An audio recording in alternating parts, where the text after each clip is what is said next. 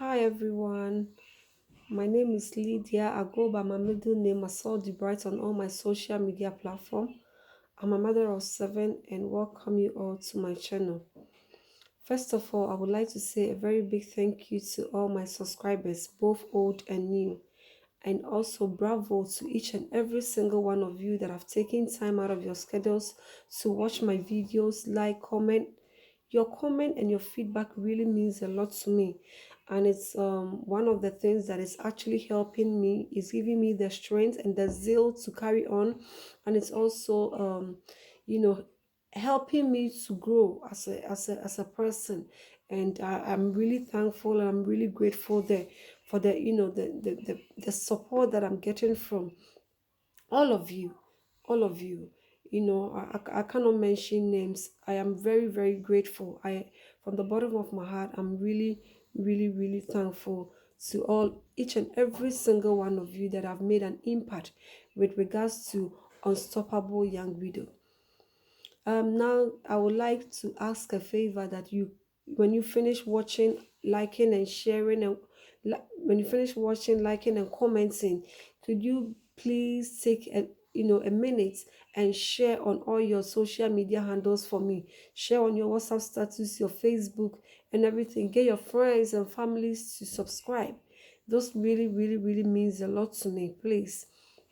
Also, I noticed that if people have been following, you find out that sometimes you will come and you find that the subscription have gone to maybe 300, 200. Then the next day it will come back to 100 and something. I made contact to YouTube because as to why it was happening, and they said some of their subscription, they takes it out as spam. And so I asked why, and I was told that if the person comes and not watch any video or don't engage the channel by not watching any video at all, and then you come and you just subscribe, your subscription will be taken away because it's classified as spam, basically like fake accounts. And then some people too, their accounts don't have any images at all. That one is also classified as spam. So you can put at least a tree, a spoon, a cup. Even if you don't want to put your own picture there, please do that for me, because I know the majority of you, or most of my friends, both from school and Facebook, have told me that they have subscribed. Lots of them have received their notification, whilst others I don't receive it. So if I don't get your notification, and I tell you I don't get your notification, I haven't got your notification, that means your subscription was not counted. And it's basically because maybe you didn't watch the video at all and you just subscribed, so it's taken out. Or maybe you did not, you don't have any images at all, that one too will be taken out. So please, if you are supporting a sister, then please kindly do it the right way for me. When you come, just spend even 1 minute, 60 seconds, which is 60 seconds, just watch the video and then subscribe, like, comment. At least you've made an engagement to the platform. That way your subscription will be counted. Please, please. All right. Today I decided to make a video and talk about the do's and don'ts of a widow, or should I say the do's and don'ts of a Ghanaian widow. That is one big question. All right, let me break it down. We know that Ghanaian, we have culture and customs. All right, culture, tradition, and customs. So there are certain things tradition demands a widow does, and there are certain things that we all know. I took time, and I'm one person that people that knows me, my mates, those that went to school with me, my siblings, they know that I'm a bit difficult, in the sense that, or should I say, I'm curious. Yeah, that's the right word. I'm curious. I'm one person you cannot tell me don't do this and I will not do it. I want to know why I shouldn't do it. Do you understand? So yes, you can say I'm stubborn, whatever. I don't know, but I always want to know the interpretation of something before I make a move. So when my husband passed away, my mom called me, and then she kind of talked me through what I needed to do and what I shouldn't do. In fact, this is what happened. Initially, it was my sister, my big sister, who is in Netherlands, that called me to tell me that my mom said she should tell me that I shouldn't do this, I shouldn't do that, blah, blah, blah. And then she added that my mom said I should call her because my mom was actually calling me and I think I wasn't picking up something. Those of you who knows me also know that I'm one person that I don't know why, but making a phone call is one of the hardest things for me. I don't even know why I take a contract because I hardly call people. But if you call me, we can talk the whole day non-stop. I'm a very talkative, but I'm not always the first person to, start a conversation. If I'm a friend to you and you don't overlook that aspect of me, you always have problems with me because you might think that, oh, why is she not calling me? I'm the only person calling.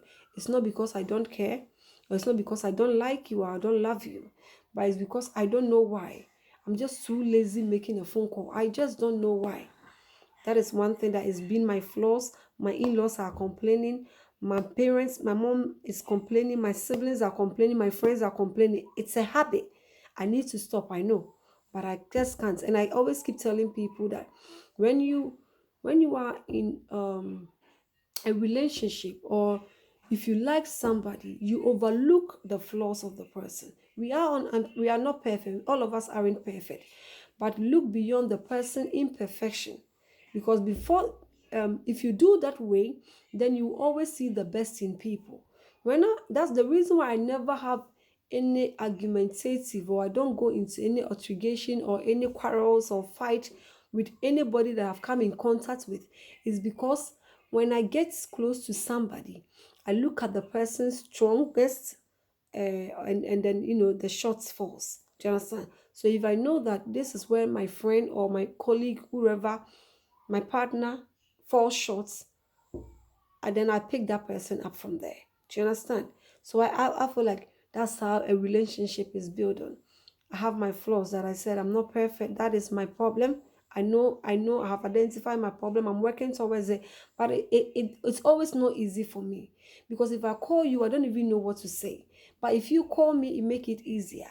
And then I can just like join the conversation and we can talk the whole day. So yes, if you're out there and you're thinking of making a friend with me, that is my flaws. That is my problem. That but then the good thing is that people who really genuinely love and care about me, they really don't care. So people who make a big deal out of it, big fuss out of it, and complain too much, and I just can't be there. I don't want to be in the midst of a drama. So I'm like, I'm done. Now let's be back on the do's and don'ts so I don't talk too much. One of the people on the platform have made me aware that even if I go on 20 minutes, it's okay. So occasionally, if I talk too much, I might go to 20 minutes. I might take 20 minutes of your time. But before that even happen, I'll apologize in the middle of that. Okay. Now let's be back on the do's and don'ts. What should the widow do and what should the widow not do? Let's take it one at a time. Traditionally, customs and tradition demands that a widow mourn their late husband for a year. Reason behind that was that in the olden days there were no scan, so our forefathers or our mothers and grandmothers believed that there could be a possibility that you might have taken in a seed for your late husband. So within that 1 year, if you are mourning your late husband without not going into any relationship or intimacy with anybody, then after the 1 year, if you don't have a child, then they will clear you or they will divorce you, and then know that okay, you did not take in no seed for their relations, and then they can free you and let you go. If they leave you, or maybe after the burial, if they allow you to go on your separate way, you might be carrying a pregnancy from your late husband and might take you to your next relationship. That is the reason why Ghanaian, or I should say our culture, and our customs demands that we mourn our late husband for a year. Okay, I'm sure that many of you know that, but you don't know maybe the interpretation towards it. That's what I've just given you. Secondly, when your husband passed away, as a widow, you are told, yeah, to bath 3 times. Three times a day. 3 times a day. Morning, afternoon, and evening. This can be very, very, very hectic, and it can be very it can be kind of frustrating and annoying, but I did some. There were some gaps between mine, but I tried my hardest to kind of, do it where necessary. I asked for the interpretation of that, and I was told two things. Okay, two things. Reason why you bath 3 times. One is because you were with somebody. Obviously, you might have had intimacy, whether the night before, the day before, whatever. Even if you did not, they believe that sasa. How do you say sasa in English? Like, kind of like the spirit, So you want to kind of like make yourself clean, basically. So you just have to keep clean. So 3 times will kind of wash everything basically out. That is one. And the second thing, the main important thing, was the fact that it kind of like is to cool you down and calm you. We all know that Africa is very hot, and to be in black already is very hot. Black is not absorbs heat. So being in black in a hot weather can be very sweaty, and also can be very heating. So you go have 3 baths to calm yourself down. And also, it's also basically because when you lose a loved one, you become very lazy. Depression sets in. You can sit on one place for a whole day without not even moving if somebody don't prompt you to do so. Do you understand? Because there's been a couple of times with me. If I will talk about that when I'm sharing my depression side of my mourning. And you will wake up and you will sit in, if it's the sofa you are in or on your bed, you might sit there the whole day if somebody don't even tap you to get up. So that is the reason why they decided that, okay, 3 times a day, at least there will be some kind of thing. It's time for you to go and bath, because back home someone will fetch you the water and put it in the bathroom for you, and the person will wait for you at the door of your, at the door. Like, you'll be in the bathroom and the person will be waiting right there at the door for you, and then when you finish, the person will pick up the bucket and escort you. So you will not be able to do you are not doing anything, but someone will be always escorting you to do things. You are not supposed to be on your own, but for me, I was on alone. So like I said, most of the things that tradition demands, because of abroad and situation, and the fact that I didn't get no help and support, mine, I couldn't follow all the step through, but I followed majority of the ones that I think I could. The rest I couldn't. Okay, so you are not supposed to talk. I think that is one of the difficult bits. And for me, had it been that I was told not to talk, I would have been raving mad by now, because for me that was the only source of comforting, or should I say closure, that I was getting. Aside the fact that I was visiting my late husband twice a week when he was with the funeral directors, I'll talk about that another time. Aside that one, the one thing that I found it very kind of like was a bit refreshing, or maybe kind of put my mind at ease, was the fact that I was able to write about him. So people who follow me on Facebook know how much I was posting, like, constantly. And I remember I was told at one point to stop it, but I still went on, because that I had no friends then at the time. I had nobody with me at the time, and Facebook was my only source of place that I was able to express myself. So leaving social media would have been like totally self-isolating. You know what I mean? You are mourning with nobody with you, and you are not supposed to write or maybe post anything on social media. Like, how does that even work? So for me, I just ignored. As I said, certain things I followed, certain things that did not make sense to me, I did not follow. And then some people also said that you are supposed to put on knickers, like shorts, whether jeans, whatever, when you're going to bed. What is the meaning? In the olden days, they say they put on something like tam. You know, Ghanaian people, you know what I mean by a tam, but I don't know the English for the tam, so whatever. And then the modern day, they put on a jeans, knicker, or shorts. I wasn't doing any of that because the meaning, really, to me, I wouldn't say it didn't make sense, but for me, I didn't really care. I really wanted my husband to be home. So if he was gonna come home for that, then why not? And the reason being why you put on the tam or the knickers was the fact that it will stop your late husband's spirit coming to sleep with you. Okay? They believe that when somebody passed away, and particularly somebody that passed away so young as my husband, there could be a possibility that it might not be his soul willing death, and so his spirit might be wandering, and you know, people that share very very close intimacy and love like I shared with my husband, there could be a possibility that he might come home and be sleeping with you. So you put on the jeans, so it makes it difficult for him. I didn't do that because I wanted him to come home. Yeah, not like I wanted him to come sleep with me, but to be honest, I'm not scared of his spirit, to be honest. So I was like, I'm really waiting to see this man. So why? And I've been fetching water every night, waiting for this man to come. So if he's gonna come in, then why not? So I didn't do that one.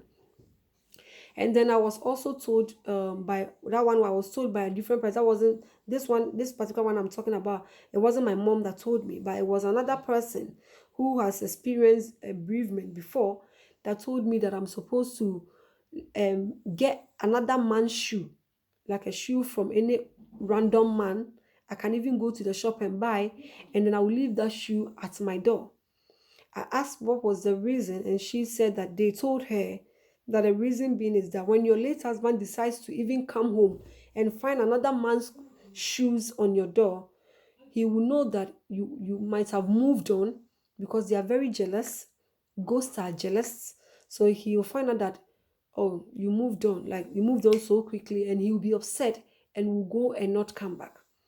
I didn't do that one because I wanted my husband to come. Like I said, for me, um if they tell me something and that thing makes sense, I will do it. I will not. That is not to say that what I didn't do doesn't make sense. But what I didn't do are the things that I was expecting from my late husband. I wanted my late husband back. So because I wanted him back, I didn't wanted him die, to die. So if he was gonna come back, then why not? I would rather prepare for him to come back. So this is what I was doing instead. I will put my late husband's shoe rather on my door, so that when he comes, he will know that I have not left him. He rather left me. And sometimes I wear his clothes to bed. And that the clothes wearing, I wasn't the only one wearing it. My children were doing same. Because sometimes when the kids are very emotional and they are very down and they cannot sleep, sometimes they will scream in the middle of the night and struggling to sleep. From the little one to the eldest, I'll get one of their daddy's shirts and I'll put it on them. The younger ones, I'll use it to cover them, and they sleep very beautiful because some of his clothes still had his own, body fragrance and all that in there. So, and as at now, I still do it. Sometimes if I'm very very down, I'm very very low, I'm at my lowest point.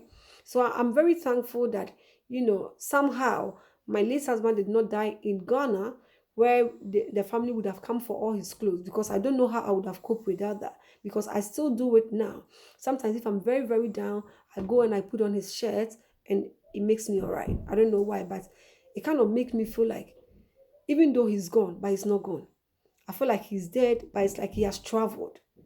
It's not like I don't believe or I don't know that I've not accepted. I've accepted his death.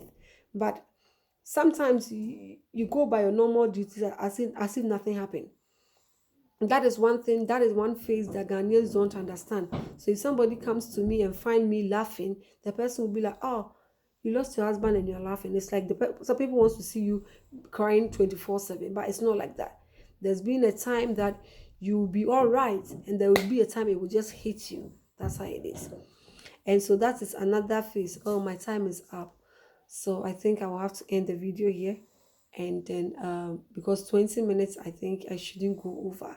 Otherwise people, so yeah, I will come again maybe next week with some more of the do's and don'ts of a widow, and what not to tell a widow, what you are to tell them and what not to tell them, things that aggravate or irritate a widow or a widower, and things that kind of, it's a bit refreshing or maybe a bit comforting to the soul. Do you understand? I will take you through all that. So thank you all for watching, and please continue to support me by liking, comment, sharing, and I shall see you on my next video. Bye.